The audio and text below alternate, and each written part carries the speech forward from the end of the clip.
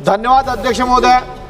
माझं अमरावती शहर जे एमडी ड्रगच्या आज विळख्यात सापडलेलं दिसत आहे की जे वारंवार ज्या अलीकडेच पोलीस प्रशासनानं ज्या धाडी टाकल्या त्यामध्ये करोडो रुपयाचं एमडी ड्रग्स हे जप्त केल्या गेलं आहे। एक नव्हे तर 3 धाडी या अलीकडच्या काळात पोलीस प्रशासनानं टाकलेल्या आहेत। कधी याचं कनेक्शन अहमदाबाद गुजरात सांगतायत, कधी राजस्थान सांगतायत, म्हणून नेमकं याचा आका कोण आहे हे शोधलं गेलं पाहिजे।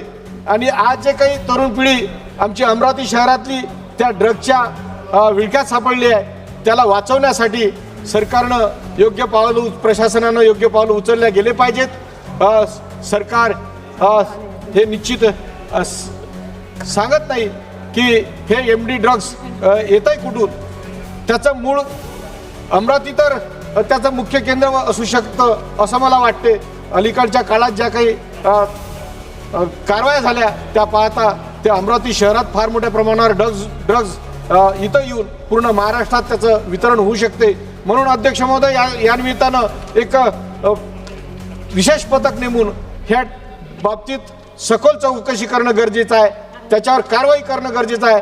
ते ड्रग्स कुठून येते नेमकं आणि ते कुठं जाते यासाठी पावलं उचलल्या गेले पाहिजे। आणि ती जी काही ड्रग्सची आज अमरावतीत येत आहे त्याचं पालमुळे नष्ट केले पाहिजे अशी या निमित्तानं मी केंद्र सरकारच्या गृह खात्याला आणि राज्य सरकारच्या गृह खात्याला विनंती करतो। धन्यवाद अध्यक्ष महोदय।